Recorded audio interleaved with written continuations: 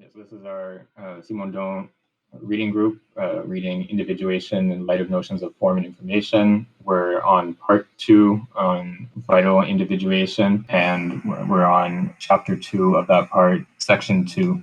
We're just going to start section 4. We're going to start this for today. So last time we looked at the relationship between individuation and the relations of one organism with another in the sphere of vital individuation. And so the specific cases that Simondon brings up are cases of parasitism and symbiosis. So in the case of parasitism, there's a reduction in the degree of individuation of both parties, both the host and the parasite. So they both have a lesser degree of individuation than they would as independent organisms. Whereas in the case of symbiosis, like the case of the lichen, which is composed of fungus and an alga, the two entities maintain their individuality in the symbiosis, so they don't lose their individuality in the way that the parasited organism does. And then we saw right at the end of the section,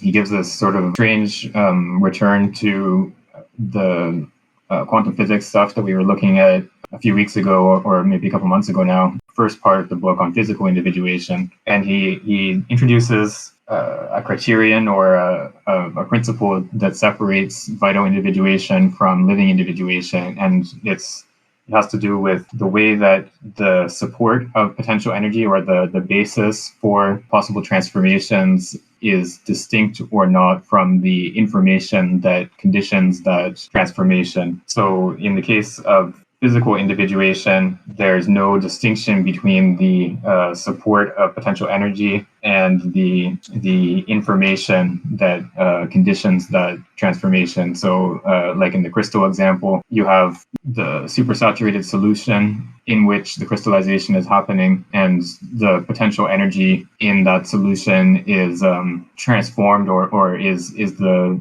basis for the transformation of that solution into a crystal with a determinate structure. Whereas in the case of living organisms, or in the case of vital individuation, there is a distinction between the support of potential energy and the system of information. And so you can have individuation understood in terms of integration of information over the whole structure of the organism. Yeah, so a living being is an individual to the extent that its functions are integrated with respect to information. And this can be different for different functions, as we've seen in the past couple of weeks. So certain functions can be integrated at the level of an organism, and then other functions can be integrated at the level of a colony of organisms. The integration of information is the sort of key notion for vital individuation in a way that it isn't in the case of physical individuation. So that's basically where we left off last week, and so we'll pick up at the beginning of section 4 of this chapter. So I'll start reading. I'll read the first page or so, and then we'll go around from there. Section 4, Information and Ontogenesis, subsection 1, Notion of an ontogenetic problematic. The ontogenesis of the living being cannot be thought on the basis of the notion of homeostasis alone, i.e. the perpetuation of metastable equilibrium through self-regulations. This representation of metastability would be suitable for describing a fully adult being that would merely maintain itself in existence, but it would not be sufficient for explaining ontogenesis. This notion must be joined with that of an internal problematic of being. The state of the living being is like a problem to be resolved, to which the individual becomes the solution through successive assemblages of structures and functions. The young individuated being could be considered a system that carries information as pairs of antithetical elements linked together by the precarious unity of the individuated being, whose internal resonance creates a cohesion. The homeostasis of the metastable equilibrium is the principle of cohesion that links these domains through an activity of communication, and between which there is a disparation. Development could then appear as successive inventions of functions and structures that resolve, step by step, the internal problematic carried by the individual as a message. These successive inventions, or partial individuations, which could be called stages of amplification, contain significations that ensure that each of the being stages is presented as the solution of the previous states. These successive infractions resolutions of the internal problematic cannot be presented as a nullification of the being's tensions. Gestalt theory, which uses the notion of equilibrium, supposes that the being seeks to discover its most stable state of equilibrium in the good form. Freud also thinks that beings tend toward a pacification of their internal tensions.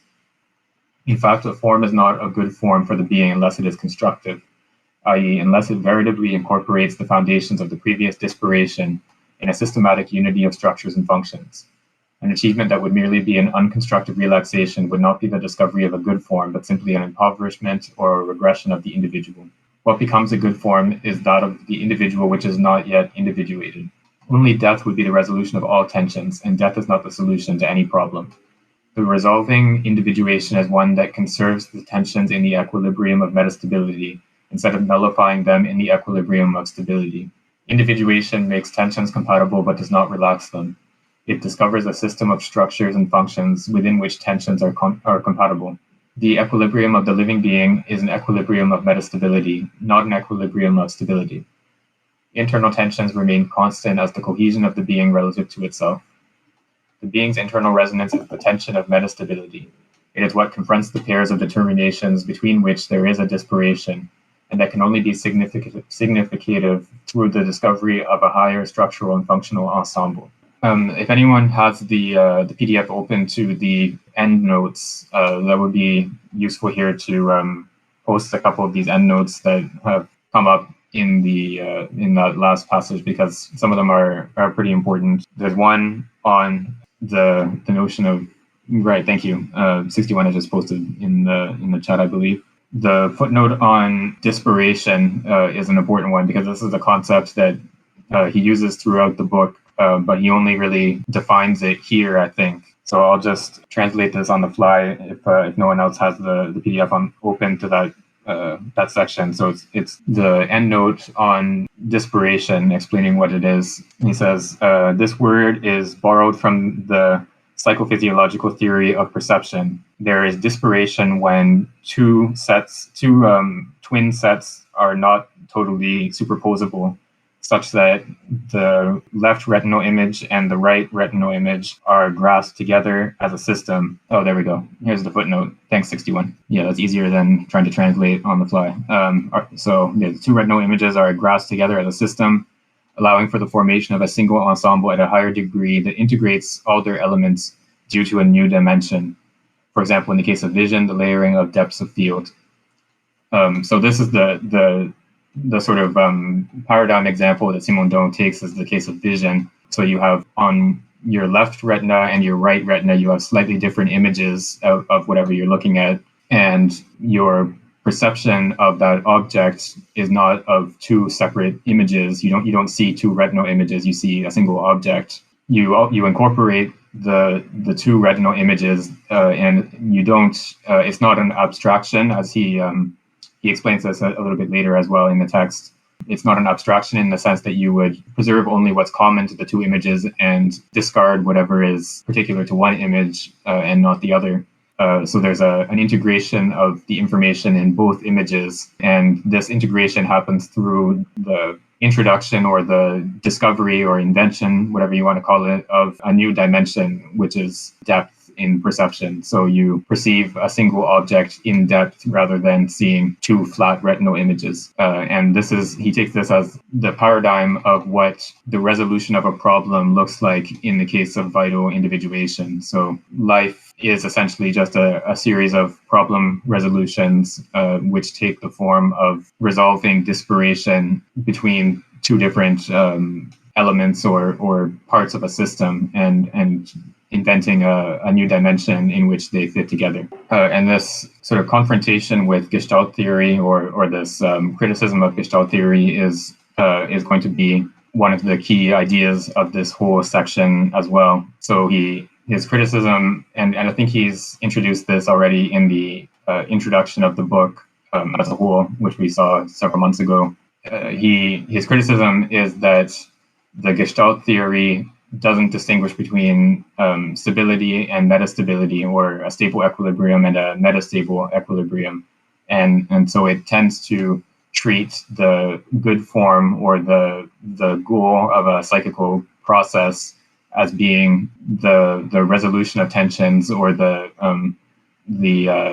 reaching a form of stability, rather than what Simondon wants to argue here is that psychical processes aim not towards stability but towards metastability. So there's always the possibility of further transformation is retained rather than resolving the tensions and then leaving no possibility for further transformation.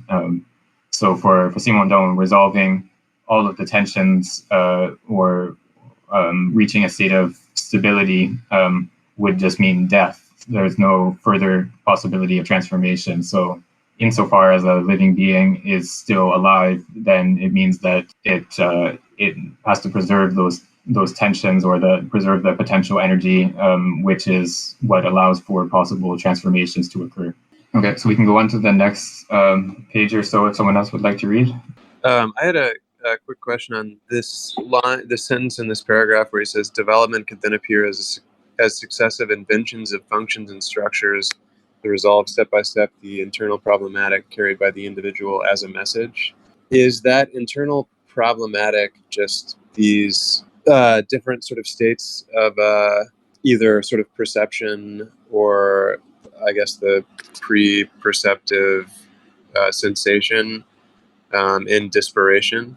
We're going to see in this passage in the next couple of pages, we'll see that there's a sort of continuity between development in the sense of embryology, so the actual physiological emergence of an organism, and development in the sense of the development of behavior, or psychological development. So here, when he talks about development, I think he's thinking of both of those, I guess, domains of development or types of development. The growth of an organism out of the embryo is also a resolution of problems in the same way that in perception there's a resolution of problems, and in learning or the development of behavior there's a resolution of problems. So any sort of vital activity or any function of life involves a resolution of problems in that sense. Okay, thank you. That's helpful. I can read this next page or so. It could be said that ontogenesis is a perpetuated problematic that rebounds from resolution up to complete stability, which is that of the adult form. However, complete maturation is not reached by all the functions and structures of the being at the same time. Many paths of ontogenesis are pursued, sometimes in parallel, with an alternation of activity that makes it such that the process of growth affects one set of functions, then another, and then a third, after which it ultimately returns to the first. It seems that this capacity of resolving problems is limited to a certain extent and appears as an operation of the being on itself, an operation that has a systematic unity and cannot affect all the aspects of the being simultaneously. According to Arnold Gestalt, the ontogenesis of living individuals manifests a process of growth founded on the coexistence of a principle of unity and a principle of duality. The principle of unity is that of the direction of development, which is revealed as a gradient of growth. Somatic and functional development is effectuated by a series of successive waves oriented according to the cephalocaudal axis, which is fundamental and radiates from the different levels of the axis following the secondary proximodistal schema. This first principle of unity through the polarity of development is completed by that of lateral dominance. The bilateral symmetry of the body, and particularly that of the sense organs and neuromuscular effectors, does not prevent the existence of a functional asymmetry, both in the development of the anatomophysiological symmetry and in the anatomophysiological symmetry. On the other hand, there is a principle of duality, that of the bilateral symmetry of the majority of the organs and that of the sense organs and the effectors in particular. Somatic and functional development, development of behavior, according to Gestalt's expression, is effectuated according to a process of reciprocal intertwining that blends unity and duality through a sort of weaving that separates, keeps together, organizes, differentiates, regulates and structures the different somatopsychic functions and assemblages. Development is a behavior upon behaviors, a progressive weaving of behaviors. The adult being is a dynamic web and organization of separations and reunifications of structures and functions. A double movement of integration and differentiation constitutes this structural and functional web. The progressive individuating maturation divides up increasingly detached and precise schemata within the global unity of reactions and attitudes. But this detachment of schemata of action is only possible to the extent that these schemata are individuated, i.e. are formed as a synergistic unity that structures many elements which could be separate. A precise and adapted movement is, with respect to the whole organism, in fact the result of an individuating maturation. But this individuating maturation cannot constitute a functional unity through pure analysis.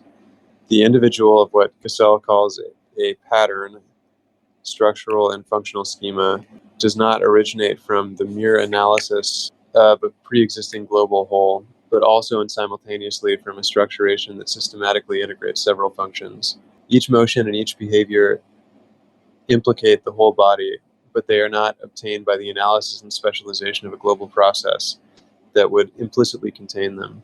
The initial organismic unit does not act as the reservoir of all possible behaviors, but as the power of cohesion, reciprocity, unity, and symmetry. Maturation makes individuation possible, but individuation does not result from maturation. It is not a pure synthesis, a pure learning by way of the conditioning responses entering into a natural and preformed relational schema. Development takes place through successive learning procedures, which are occasions for the integration of processes during the organism's maturation.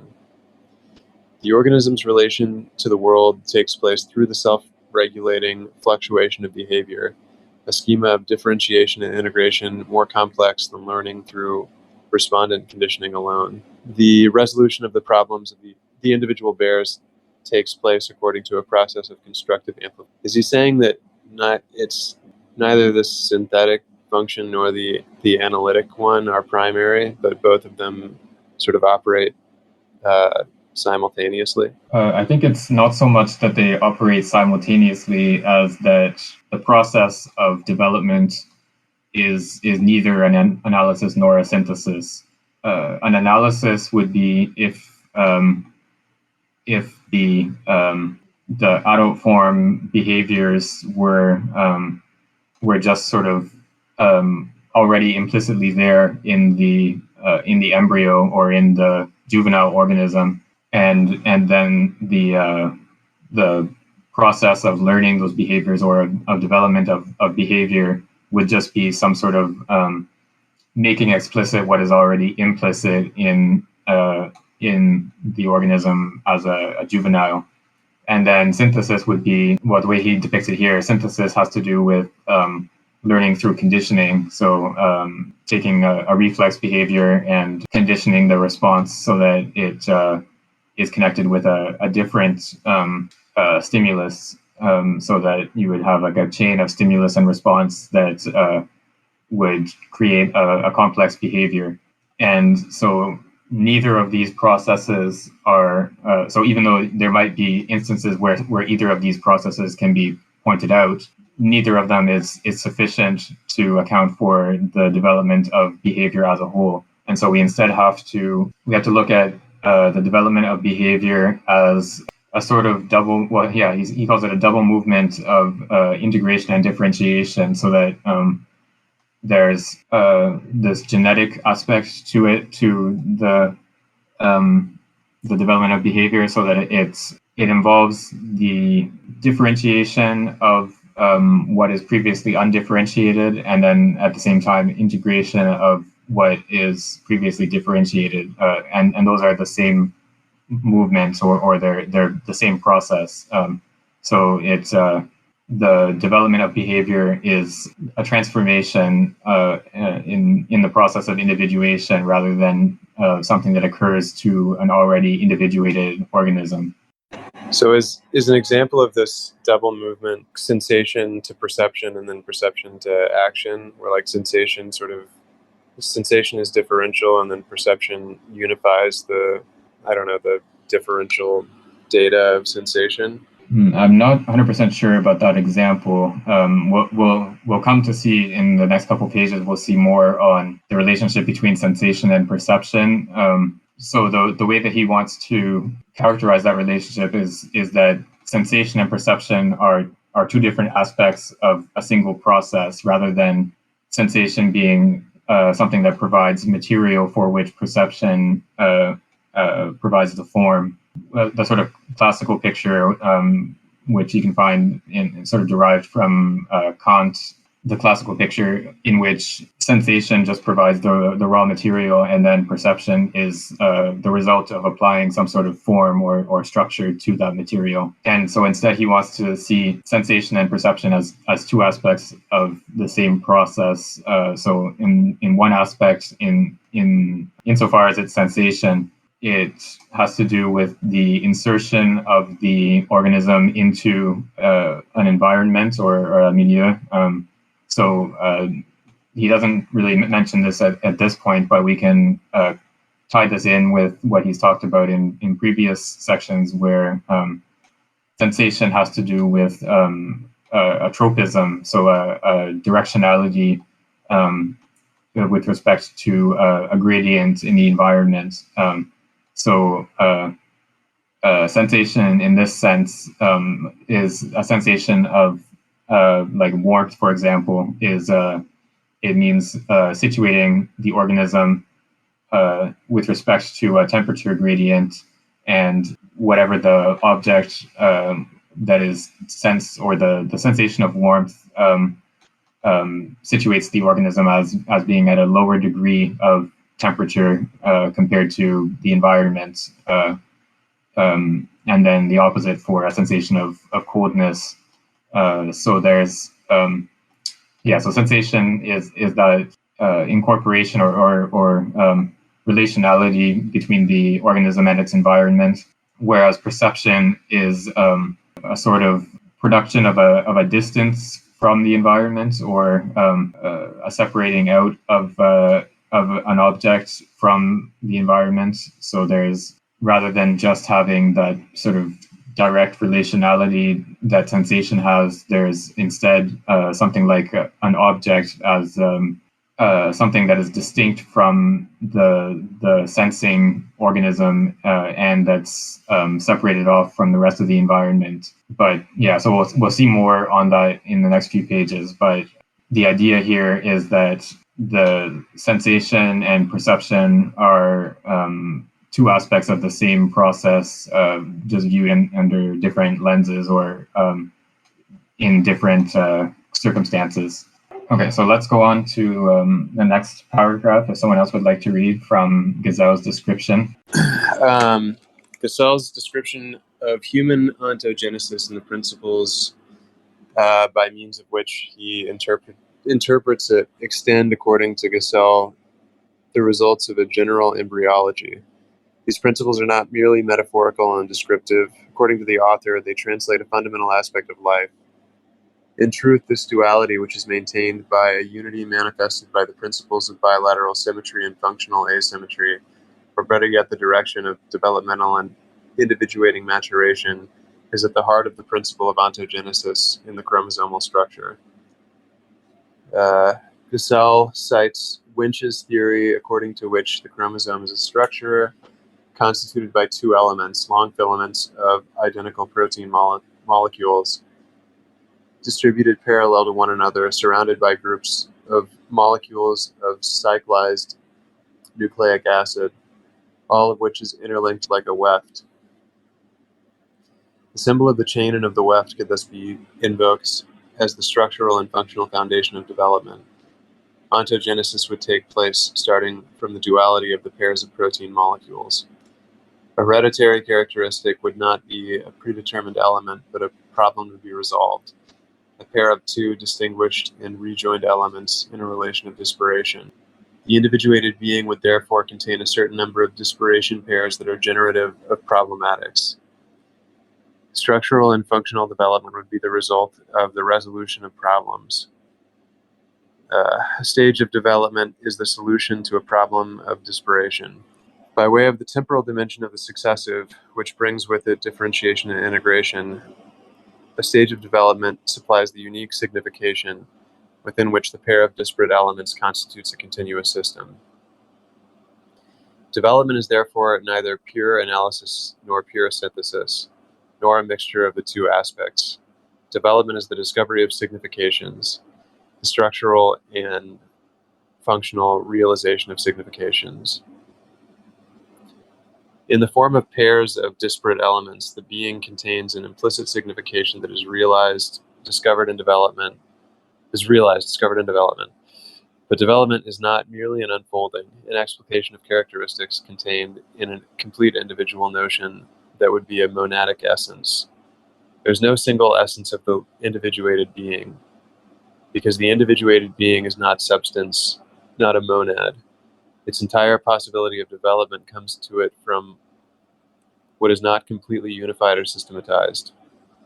A systematized being, which has an essence just like a series has its reason, could not develop.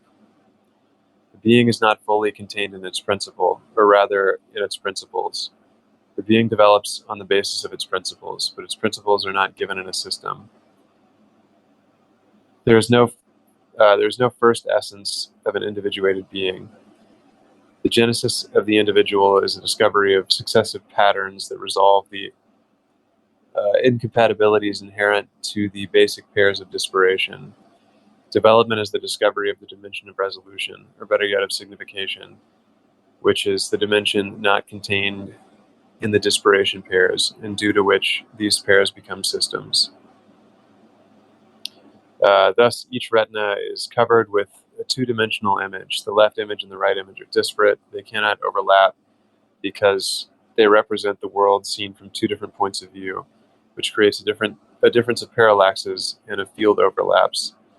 Certain details hidden by the first field in the left image are, on the contrary, exposed in the right image, and vice versa, such that certain details only figure on a single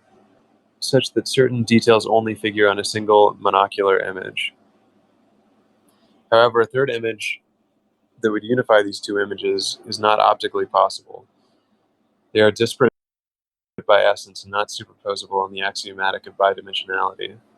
In order for them to make a coherence appear that incorporates them, they must become the foundations of a world perceived from within an axiomatic in which the disparation, condition of impossibility of the direct two-dimensional system, precisely becomes the index of a new dimension. There are no longer two images in the three-dimensional world, but the system integrates two images, a system that exists according to an axiomatic on a superior level to that of each of the images, but which is not contradictory relative to them. Tridimensionality integrates bidimensionality. All of the details of each image are present in the system of significative integration. Details that are concealed by the overlap of fields and consequently only exist on a single image are retained in the system of integration and perceived completely, as if they belong to both images.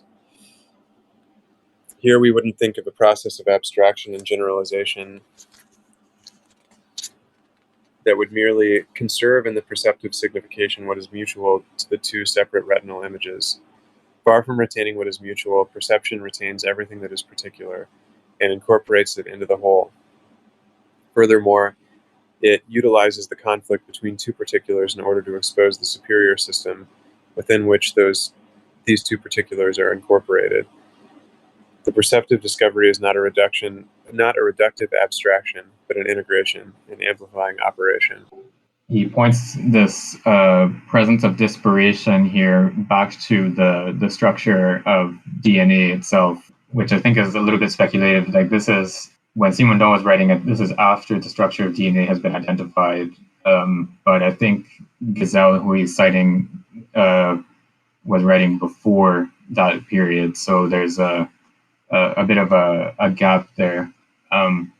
But this idea of the disparation existing at the level of the DNA itself, I think is an interesting one that he wants to recognize disparation at that level already, and so the inheritance from the parents, in the sense that you inherit two copies of or two different pairs for each allele.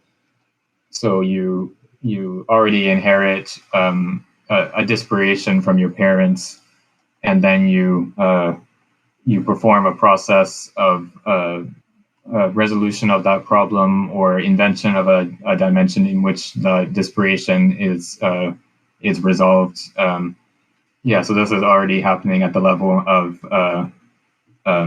molecular biology for Simondon, but then it's continuous with the development of behavior as well.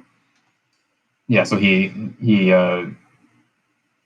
argues that this development process is not an analysis or a synthesis or even some sort of mixture of the two, because it by sort of reducing it to an analysis or a synthesis, you lose the idea of the invention of something new, which so either in the case of analysis, either everything is already there at the beginning.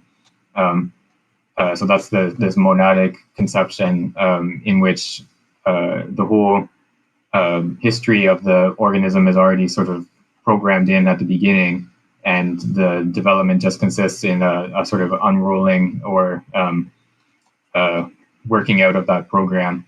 And then the synthesis conception would be just like the building blocks are already there, and they're sort of put together to form the behavior of the adult organism.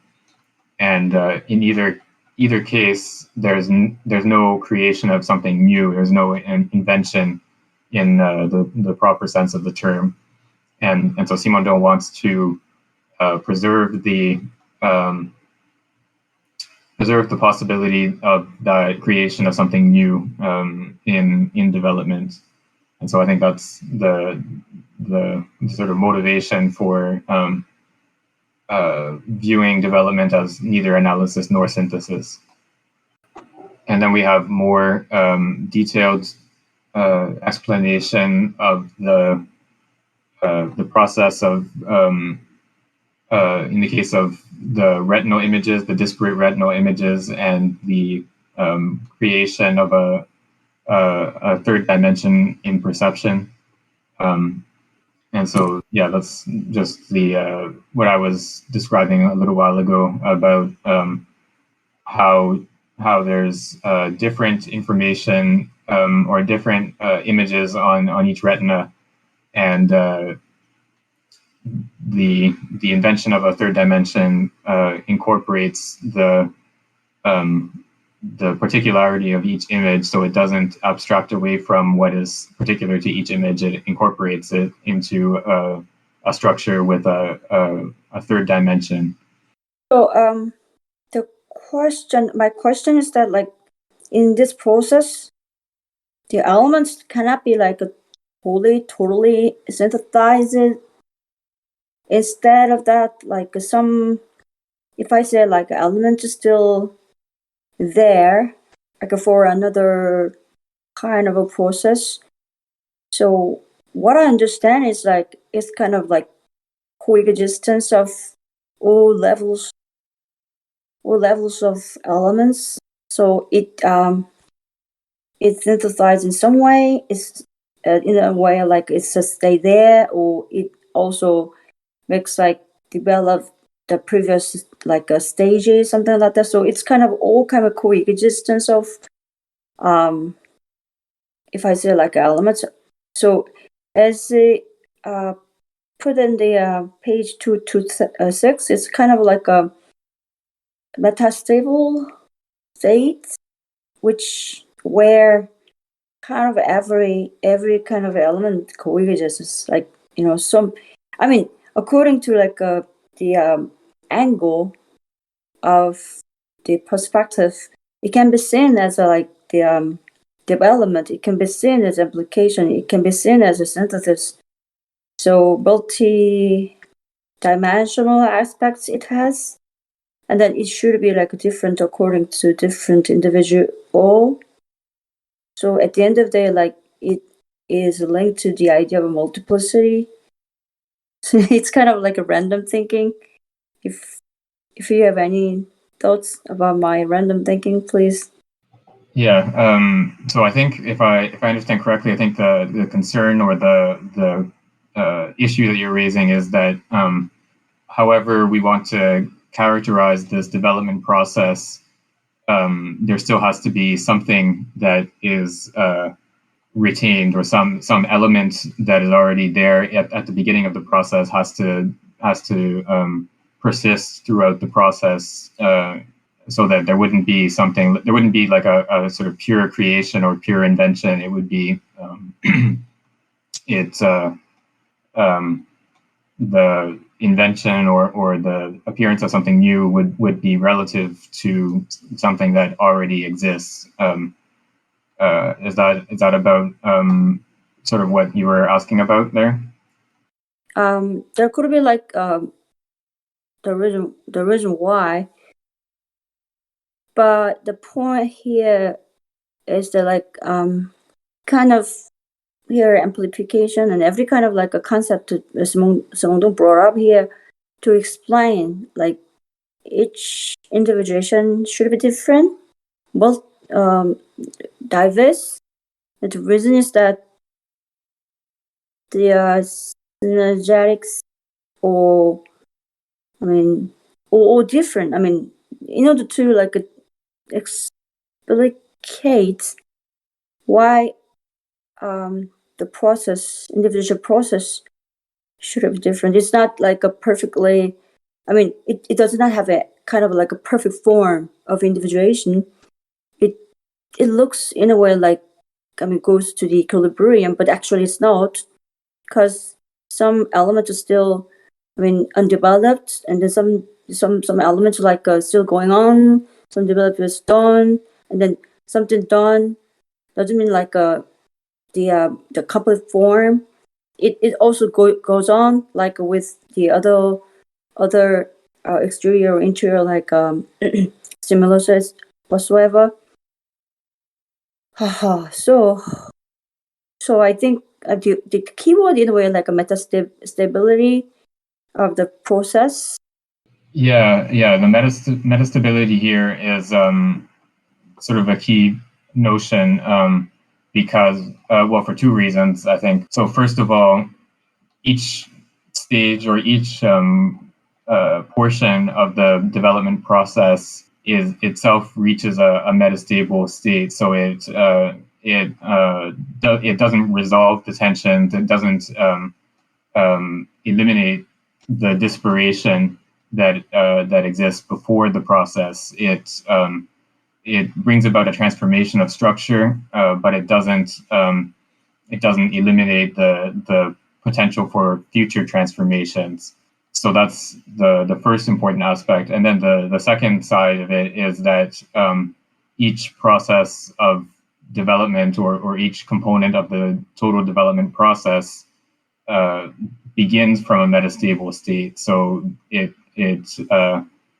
the condition in which the organism appears at the beginning of the process is already a metastable state in which the capacity for future transformation is present.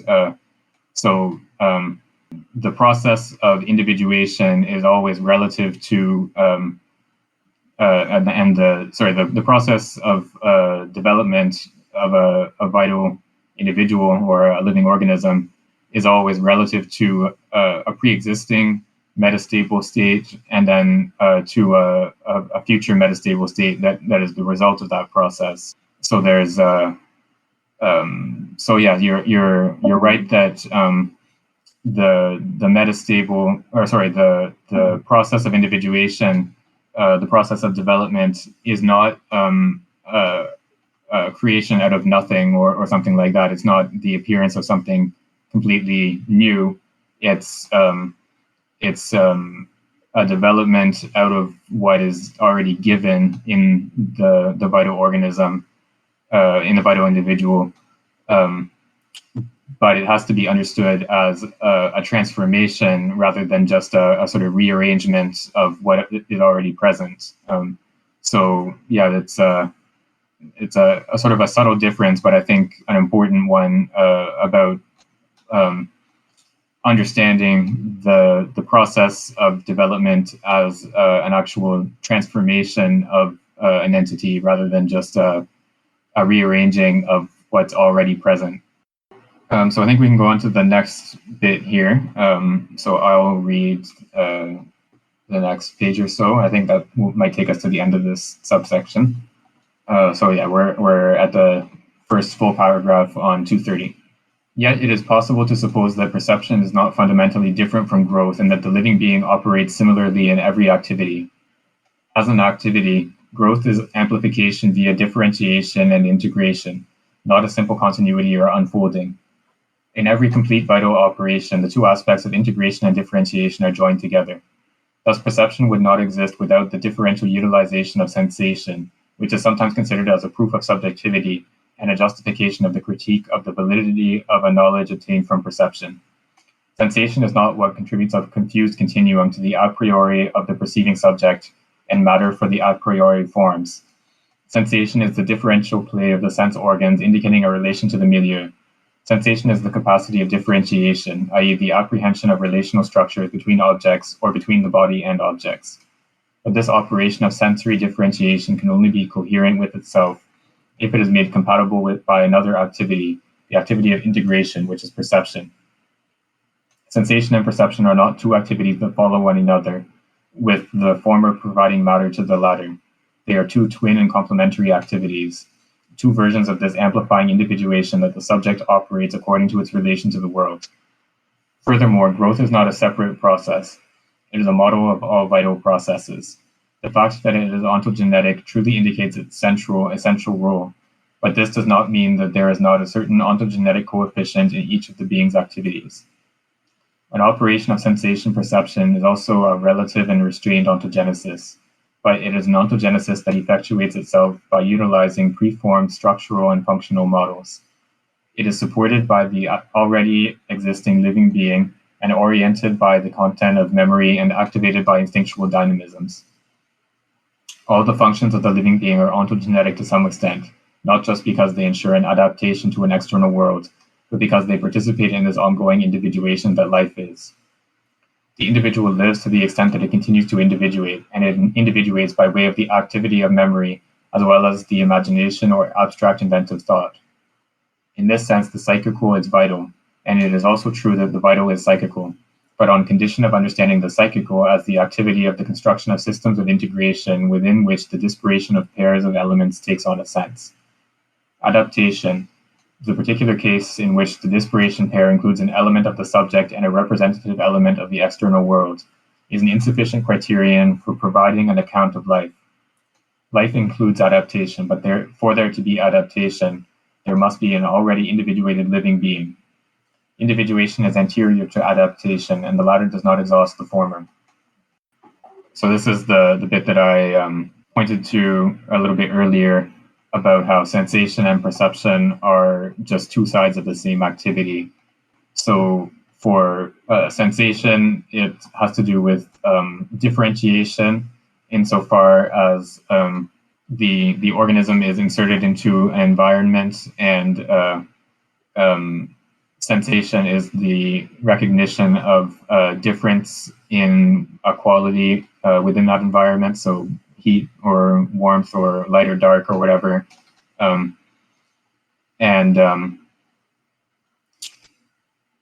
Perception is a function of integration in the sense that there's a sort of coherence of the function in perception in a way that doesn't exist in sensation. So there's a structuring of the perceptual situation such that there's a perceived object and a perceiving subject, which are coherent entities in a way that doesn't exist in when you view the process as an instance of sensation instead of perception. And yeah, there's a footnote. The numbering is different, but I think it's footnote 48, which is a useful one as well if someone has the PDF open and can copy that would be helpful. Right, thanks, Angus. Yeah, so this is explaining the difference or the relationship between sensation and perception. So I'll just read it for the listeners. Through its differential usage, sensation supplies plurality, the non-compatibility of data, the problematic capacity that carries information. Perceptive integration can only be carried out through construction, which generally implies an effective motor response, the amplification of the sensory motor universe. So yeah, that's the relationship between the sensation, which is a function of differentiation, and perception, which is a function of integration. And then I won't really get into this bit about adaptation at the end here, because that's the whole subject of the next subsection. So for now, we'll just say that it's a transition to the next subsection. And so adaptation is a special case of development. Just before he talks about adaptation, when he's talking about the vital and the psychical, he says that we have to understand the psychical as the activity of the construction of systems of integration within which the disparation of pairs of elements takes on a sense. Is he talking about the genesis of the psychical as the genesis of sense itself? Yeah, that's a good question. I'm not sure if he would want to identify the psychical with the with sort of the domain of sense or something like that. I'm not sure if he would make that identification, just because I think for him the psychical would be probably broader than the domain of sense, insofar as sensation is incorporated into the domain of the psychical, and sensation is a sort of relation to an environment in a way that I don't think would be sort of structured by what we would call sense. Yeah, sensation is just a relation to a gradient in the environment, and so I don't think it would make sense to describe that as having any direct connection with sense. But I think, yeah, I'm just trying to make sense of that passage. So yeah, the psychical here would mean the construction of something like a new dimension in which the disparation is integrated, and it would be coextensive with the vital. When we understand psychical in this specific sense, the psychical and the vital coincide. So it's a sort of panpsychism, I guess, in a way, or a pan-vital psychism or something like that. Yeah, I think the domain of sense is something that he would consider to be only a subdomain of the psychical, I think, but I'm not 100% sure about that. Tagging to Angus's question, try to pose like a clarifying question. So here sensation in the middle of like a part of the section like just which was just like read. Sensation is a different play of the sense organs indicating a relation to the milieu. Sensation is the capacity of differentiation, something.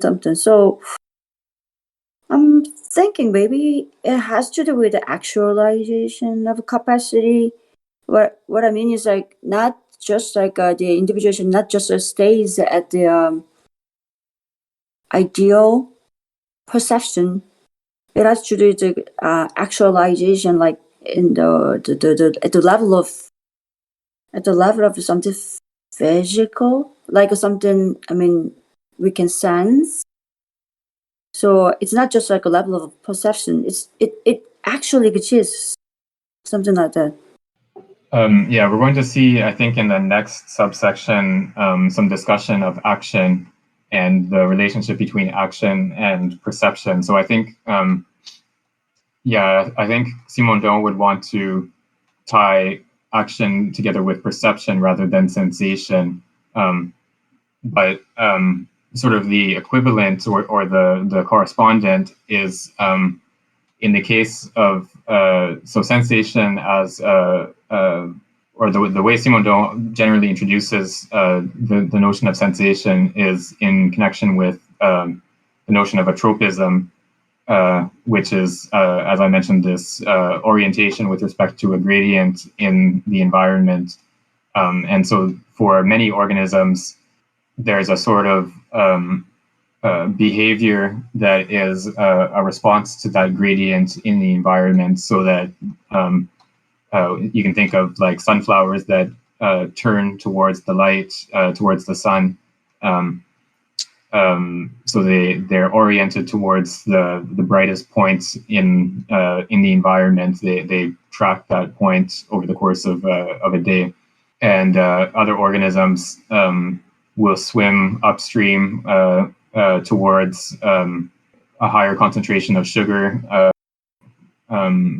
so that because they consume it, or you have like there are lots of bugs that will flee light. They are oriented negatively towards light.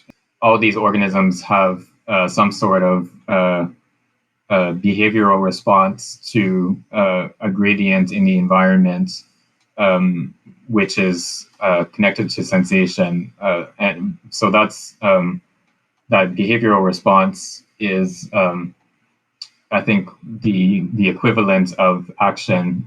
But I think Simondon wants to reserve the term action for something that involves something more like an integration of the whole organism, rather than just a sort of a reliable response to some sort of stimulus. So action involves the whole organism, and some sort of integration operation of the whole organism. But we'll see more about action in the next subsection. You just said like seems more related to the adaptation. Yeah, maybe you can get more like by going to the next section.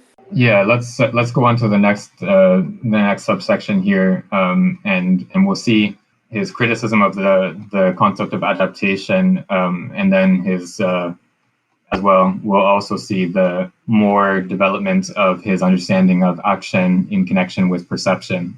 So yeah, if someone else wants to read from the beginning of subsection 2, that would be great. Yeah, I'll read it. The problem is that I found it's long paragraph, so I don't know where I should stop. So please give me. By the way. Oh, you are going to go. No, it's okay. It's okay. I can read after you if you want. No. Go ahead. No, it's all right. Okay. Your language is fine. I like the way you speak a lot, so it's fine if you read. I'm very okay with that. Oh, all right. I'll do first, and then I can stop, and you can continue. Then. Sure. Yeah. Yep. So about a page's worth. This is one of these giant multi-page paragraphs. So you can read around a page and then try to find a place where it seems like a good stopping point. All right. I'll do. Okay, individuation. 2. Individuation adaptation. Adaptation is a correlate of individuation. It is only possible in accordance with individuation. The whole biologism of adaptation, upon which an important aspect of 19th century philosophy depends, and which processes in our day in the form of pragmatism, implicitly supposes that the already individuated living being as a given The processes of growth are partially set aside. This is biologism without ontogenesis. In biology, the notion of adaptation represents the projection of the relational schema of thought with a dark zone between two clear terms. Just like in the hylomorphic schema, furthermore, the hylomorphic schema itself appears in the notion of adaptation. The living being finds in the world certain forms that structure the living being. In addition, the living being gives forms to the world in order to appropriate it for itself. Adaptation, which is passive and active, and conceived as a complex and reciprocal influence based on a hylomorphic schema. However, since adaptation is taken for granted by biology as the fundamental aspect of the living being, it's quite natural that psychology and poorly structured disciplines should lack principles, have believed to borrow from biology a faithful, profound expression of life by utilizing the principle of adaptation in other domains. But if it were true that the principle of adaptation does not express vital functions in depth, and does not account for ontogenesis, it would be necessary to reform all the intellectual systems founded on the notion of adaptation. It would be particularly advisable not to accept the consequences of Kurt Ruhn's social dynamics, which represent the synthesis of German Gestalt theory, American pragmatism. Indeed, the personality is represented as the center of tendencies. The milieu is essentially constituted by a goal toward which the being strives and by a set of forces opposed to the movement of the individual toward the goal. These forces constitute a barrier that exerts a reaction proportionate in instruction to the intensity of the individual's action. Consequently, the different possible attitudes or behaviors relative to this barrier that seek to attain the goal in spite of this barrier. For example, the tool is one of these behaviors.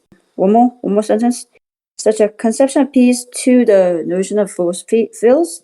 Behaviors and attitudes are understood as possible pathways within these force fields. These autological spaces, animals and children project a simpler autological space than the of adult humans. A situation can be represented by the structures of the force field that constitute it. Right. Okay. Thank you. So he introduces this criticism of adaptation here that so he essentially argues that adaptation, the concept of adaptation, has the same structure as the hylomorphic schema that we saw in part one, which is that it doesn't represent the interaction of the two domains. So in the concept of adaptation, we have this notion of the individual organism and then the environment, and the individual is supposed to adapt itself to the environment, and the actual interaction of the individual and the environment is left as this dark zone, or this is not really specified how that adaptation is supposed to happen.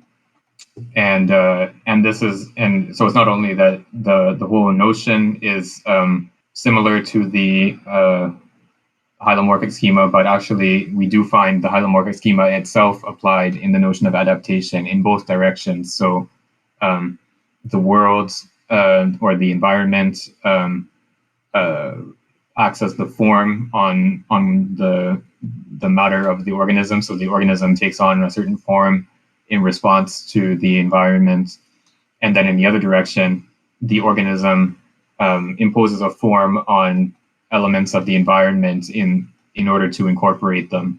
So the criticism of adaptation is a sort of extension of the criticism of the hylomorphic schema from part one, and then the sort of other side of that criticism, or the other part of the criticism, is that in the concept of adaptation, the actual development of the organism is sort of left out of the picture. So you look at the adult organism and the way that it adapts to its environment, but you leave out of the picture the actual how the organism got there in the first place. So these are the two sort of main points of Simondon's criticism of the notion of adaptation. And then we'll see throughout this subsection his more detailed criticism. But he sets it out his opposition to adaptation as a concept in opposition to Kurt Lewin, who is a Gestalt psychologist who I think, if I'm not mistaken, he was German, but he worked in the U.S. So he comes up with this account of behavior in which there are the environment of the organism would be structured in terms of fields of force. So there would be like a forward direction, and there would be a sort of field of force of forward movement in the environment. And then there would be like obstacles in the environment would present disruptions to that field of force, for example.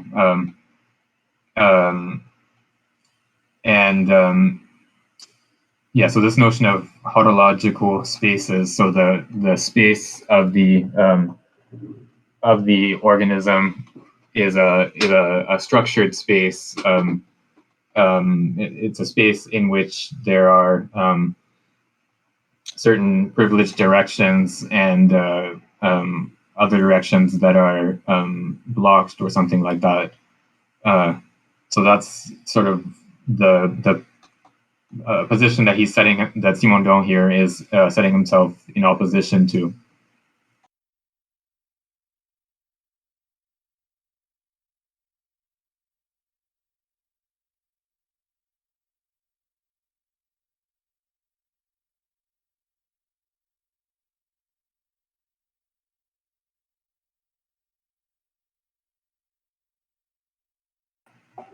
Okay, so we can go on to the next bit. So Alan, if you would like to read from where are we? However, this doctrine.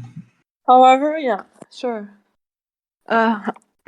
However, this doctrine supposes that the essential activity of the living being is adaptation, since the problem is defined in terms of the opposition of forces, i.e., a conflict between the forces emanating from the subject oriented towards the goal of the forces emanating from the object. From the object for the living subject as a barrier between subject and object. The discovery of a solution is a new structuration of the field that modifies the topology of this field. However, what seems to be lacking in the topological and hodological theory is a representation of the being as capable of operating successive individuations within it. For the topology of force fields to be modified, principle must be discovered and the old configurations must be incorporated into this system. The discovery of significations is necessary for the given to be modified. Space isn't just a force field, and it isn't merely hodological. For the integration of elements into a new system to be possible, there must be a condition of disparation in the mutual relation of these elements.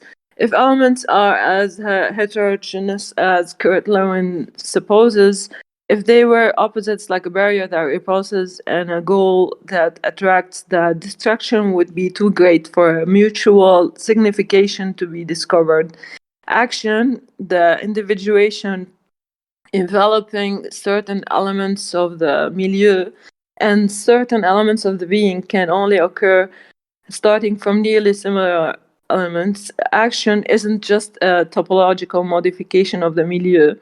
It modifies the very weft of objects and subject much more finely and delicately.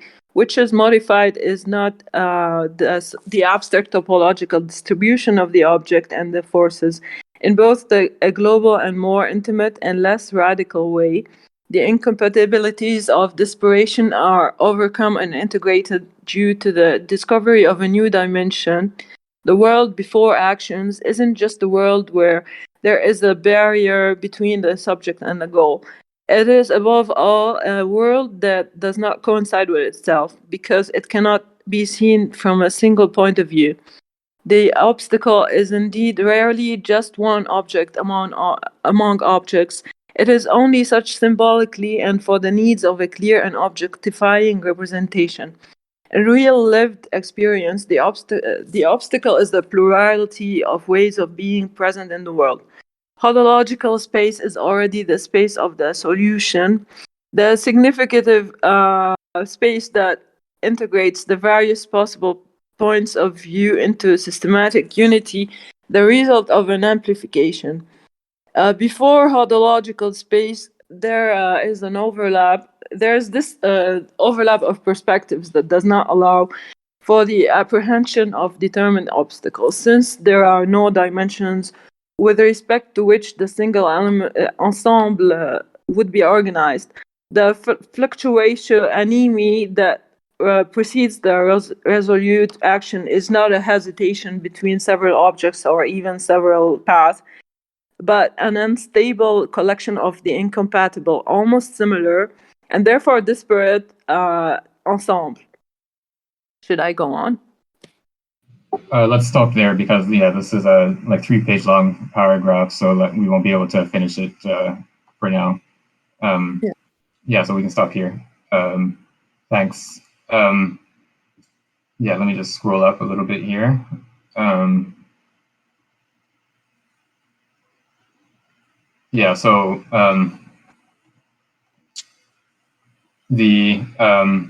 The criticism of this of Levin's theory is precisely that it is a form of adaptationism, or a theory built around the notion of adaptation. So it defines the problem that behavior tries to solve as being structured by the opposition of forces. So there's a goal that is the attractive force, or the source of the attractive force, and then there's an obstacle which has a repulsive force, so the problem situation, or the situation in which behavior appears, is structured by this repulsive force and this attractive force.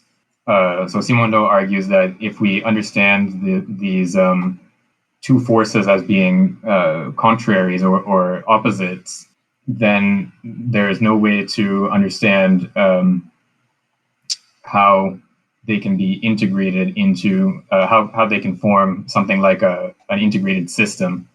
So the theory sort of gives itself the integration into the system, so it doesn't account for the actual systematization of the problem situation.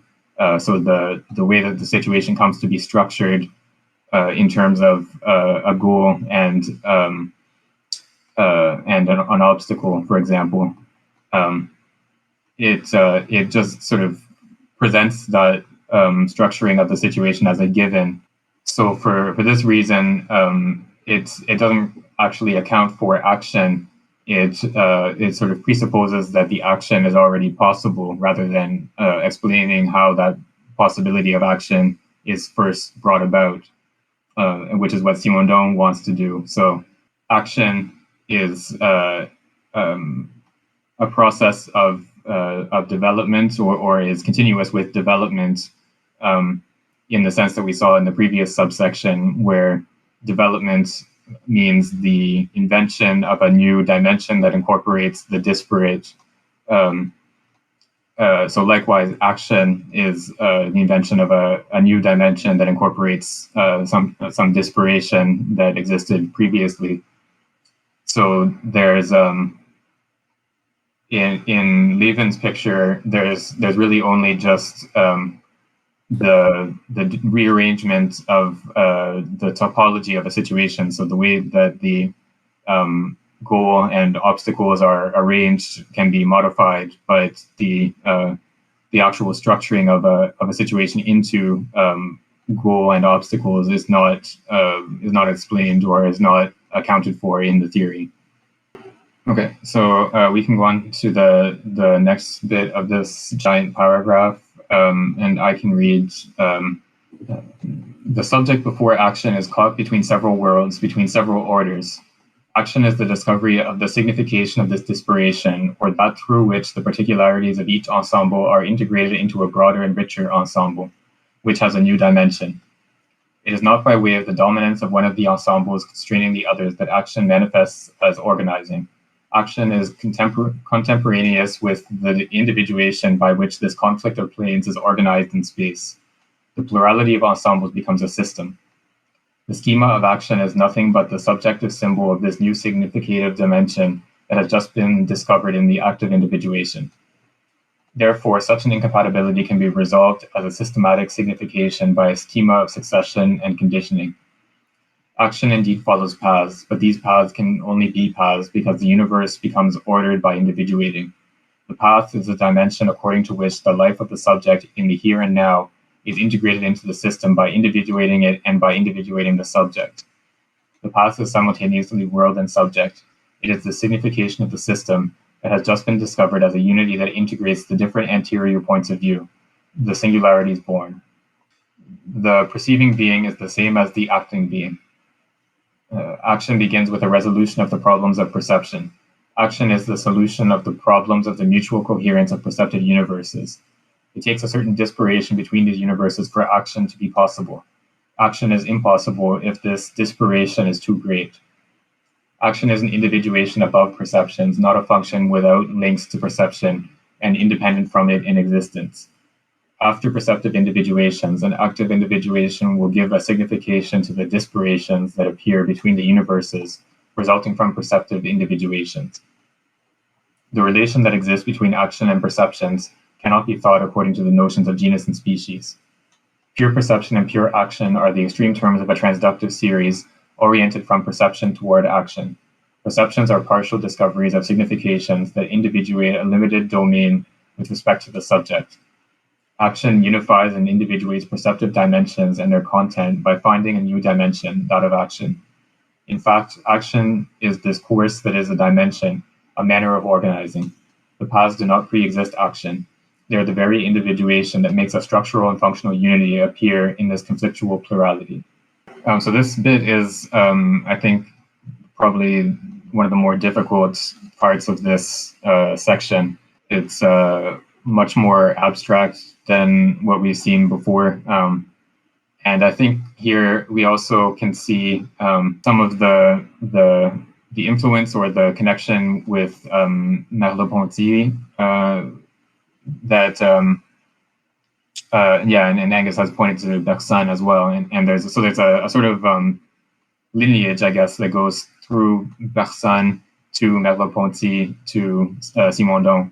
And so I think this notion of the path as something that is sort of coordinate with action or correlated to action and something that doesn't pre-exist the action. I think that, to me at least, it definitely reminds me of Merleau-Ponty. And so this notion of a path is, so it's something that the path doesn't pre-exist the action. So if we think of a path in the sort of normal sense, you have a path through the forest or a path through a field or whatever. It has to pre-exist the act of walking along that path. But here, so here the actual the action of traversing that path is what generates the path, or the path and the action of traversing it are the same. So this is sort of twists our understanding of what a path is, or transforms that understanding. So here we have to understand how this path is. As he says here, so the path is simultaneously world and subject. It is the signification of the system that has just been discovered as a unity that integrates the different anterior points of view. So the path is sort of the unity of the different points of view, or the different aspects of the situation that are being integrated in the formation of an action as a response to a situation. So there's the path is simultaneous with the action, and it also is the formation of world and subject at the same time as two sort of coordinate elements of the action. And then the other bit here is that action is always related to perception. So there's a continuity between perception and action, which is a transductive unity. So there's a continuous path that, or I shouldn't use the word path because he's given that a technical meaning here. There's a continuous series or domain between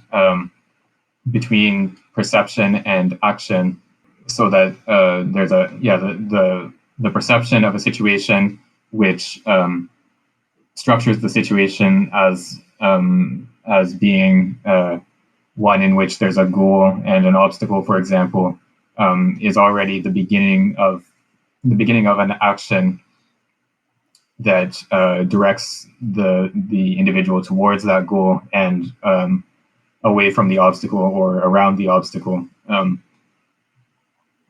So there's a continuity between perception of a situation and action in response to that situation. Action is an individuation above perceptions, not a function without links to perception and independent from its existence. So it seems like that, like it's not cause and effect, like causality. So what I understand is like there is no pure perception and the pure action or extreme terms of transductive series, something that there is something unexpected could be generated in the process of this transductive process in the metastable phase. I think that is kind of an interesting part, which is like action is not equivalent to perception. So action is derived from perception, but that's totally independent, which is could be the seed for the new perception. And then it makes all the process like a continuous, ongoing process. Yeah, I think that's right. So there's a continuity between action and perception, but it's not a causal relationship. So it's not that action is caused by perception in a cause and effect way, but there's a continuity in terms of processes of individuation. So the being that is capable of perceiving its situation in a certain way, so as being structured into a goal and an obstacle, for example, as soon as the being is capable of perceiving its environment that way, or as soon as it begins to perceive the environment in that way, it's already that's already the beginning of an action. Like that restructuring of the situation is the sort of first stage of an action, and so action is just a continuation of that same process that begins at the level of perception. There's a transductive unity in the sense that you have the perception is sort of passed on to action in this continuous manner, so that there's no gap between the two. There's like a direct continuity from one to the other. And actually, like it would come up in the next part. Another interesting part is like the way I mean the making the relationship between the individual and its milieu. So an individual in the process of individuation doesn't like only responds to the milieu. It also generate like it makes like a milieu, like a creates milieu itself. So it's kind of active function of an individual. Like, so I think my guess is like as Mudong is trying to emphasize like it's really interactive, like between individual and the its milieu. Yeah. Yeah, I think so. The term milieu, I think Simondon generally wants to reserve that for the unstructured condition. So the milieu is what appears before the process of structuring occurs or the process of individuation occurs. But after the process of individuation, there's definitely some sort of interaction or reciprocal development or something like that between the environment and the individual, so that the environment and the individual are structures that appear correlatively. So the process of individuation generates the subject and the world in which the subject appears at the same time. So they're not like independent objects, sort of sitting next to each other or facing each other or something like that. The subject and world are coordinate parts of this total process of individuation. So we can go on to the next bit on 234 if someone else would like to read. The notion of adaptation is poorly formed to the extent that it supposes the existence of terms as preceding that of relation. What deserves to be critiqued is not the modality of relation such as the theory of adaptation envisions it. What deserves to be critiqued are the very conditions of this relation coming after the terms. The theory of active adaptation, according to Lamarck, nevertheless presents an important advantage over that of Darwin. It considers the activity of the individuated being as playing an extremely important role in adaptation. Adaptation is an ongoing ontogenesis. However, Lamarck's doctrine does not make enough room for this conditioning via the problematic aspect of vital existence. The striving of the living being is not simply conditioned by needs and tendencies. In addition to needs and tendencies, which have an individual and specific origin, there appear ensembles in which the individual being is engaged by perception and which are not compatible with these needs and tendencies according to their internal dimensions. In both Darwin and Lamarck, there is the idea that the object is object for the living being, a constituted and detached object that represents a danger or a food or a refuge. In the theory of evolution, the world relative to which perception takes place is a world already structured according to a unitary and objective system of reference.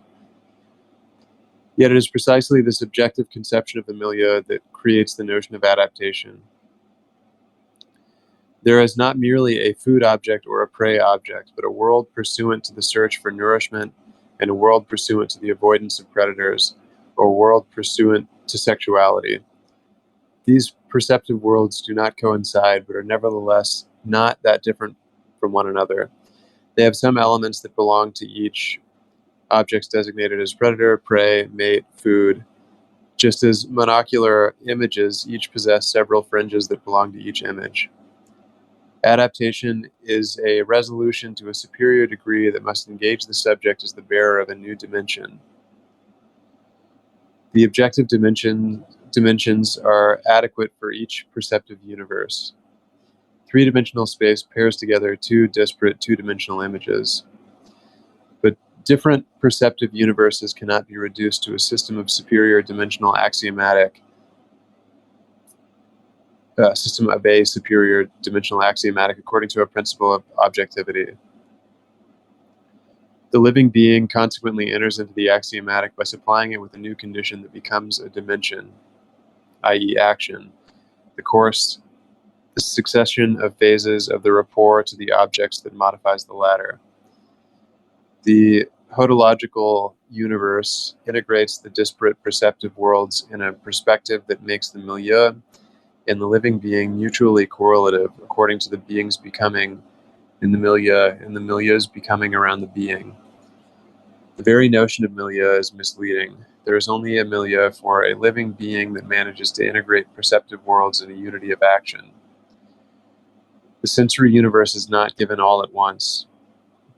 There are nothing but sensory worlds waiting for action so that they can become significative. Adaptation creates the milieu and the being relative to the milieu. The being's paths.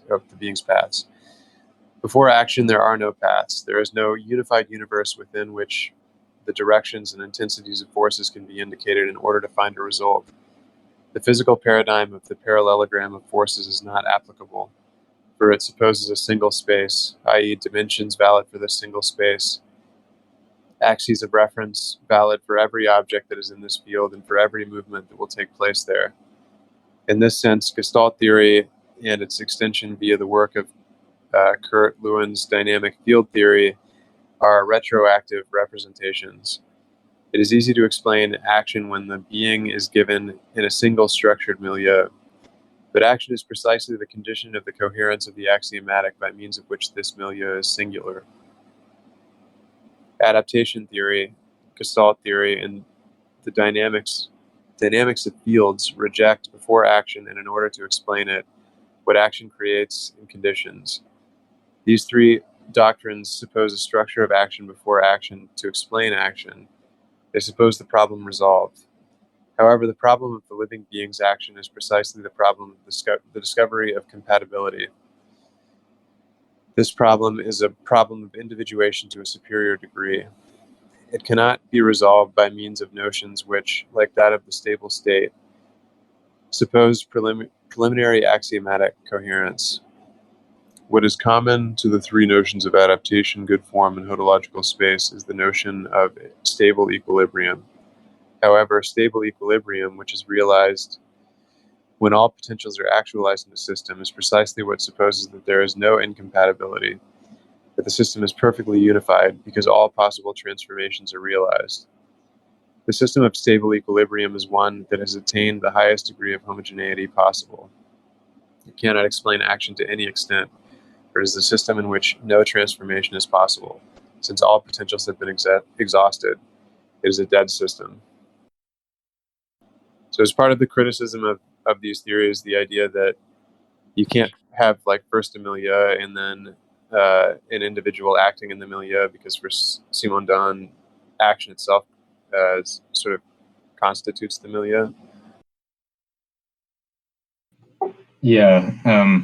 So yeah, this terminology of milieu, he seems to fluctuate actually in terms of the usage. But here he's talking about the milieu as what appears together with the action. So if you the adaptationist position or the doctrines that he's criticizing that are centered around this concept of adaptation, they presuppose that the milieu already exists and then action appears within that milieu. Whereas for Simondon, action in the proper sense is what creates the milieu at the same time, and so there's no.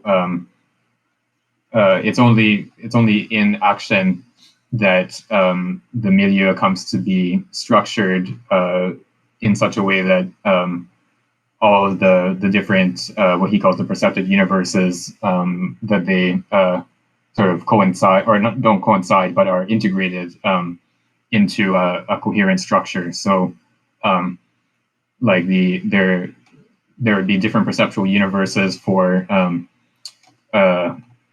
food and danger and a mate and so on. And then the organism has to decide between whether to look for food or to escape a predator, or what exactly the organism is going to do.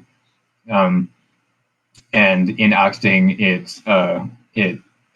sort of compatibilizes all those different perceptive universes, and it's only through the action that it makes them compatible and orders the different universes with each other. And so it's not that there isn't some sort of pre-given universe in which all of those perceptive universes would find their place. It's only together with the action that the ordering is possible. Yeah, and this bit on Lamarck is interesting, a little bit controversial, I would think,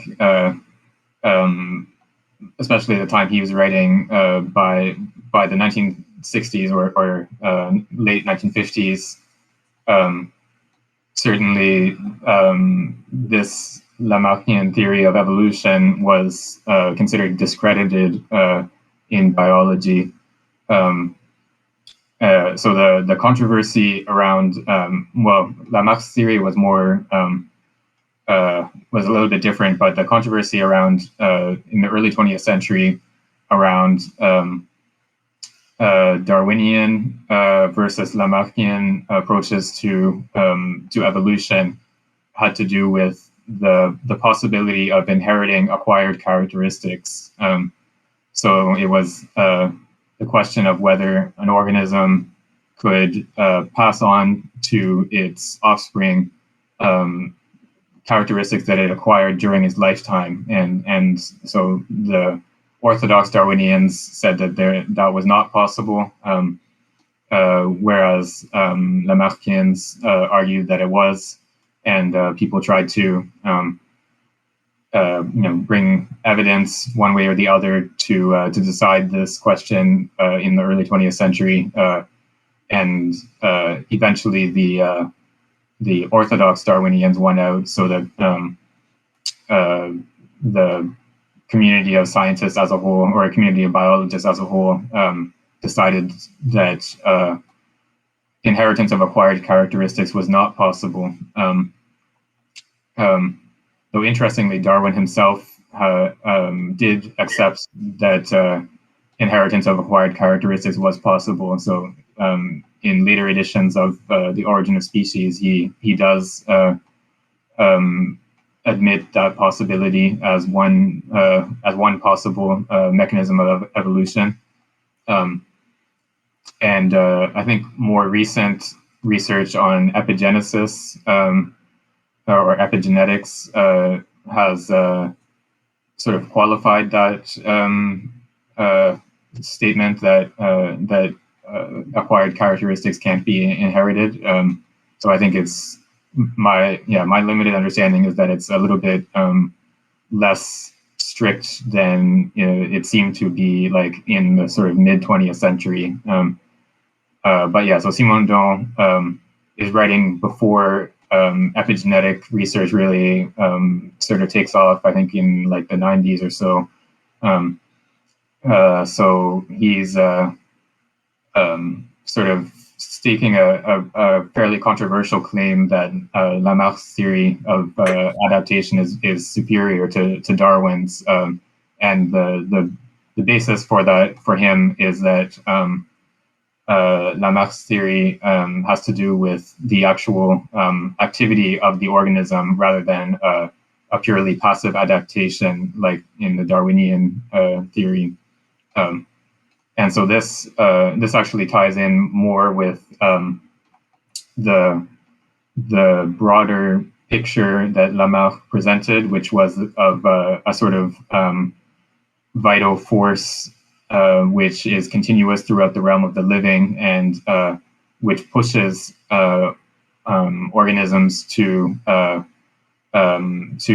make efforts towards acquiring food or evading predators or whatever it is, and it's that push or that effort of the organisms that brings about transformation. And so, like the sort of stereotypical example that's given is that how the giraffe gets a long neck from reaching for the high leaves on a tree. Obviously, this would be over many thousands of years, but the idea is that the effort of the sort of proto giraffe of reaching towards the high branches is what brings about the lengthening of the neck of its offspring, and so on. And so Simondon argues that this account, in which the activity of the organism plays a central role, is actually superior to the Darwinian account, in which adaptation would just be the result of like a filtering process on organisms. There would just be random variation, and then the environment filters out certain organisms that are not adapted to that environment, and it would just be a purely passive operation. We're just about at time here, so unless anyone has any sort of final thoughts or questions they wanted to get in the last couple of minutes, we can wrap it up, I think. Your point on like Lamarckism versus Darwinism quite interesting. Like, I hope we can talk more like next week. Yeah, we'll come back to that next week, because he does talk a bit more about the different concepts of adaptation and how they relate to his actual conception of action. So yeah, we'll come back to that. Okay, so yeah, let's stop here for today. Thank you everyone for showing up and for your contributions, and see you all next week.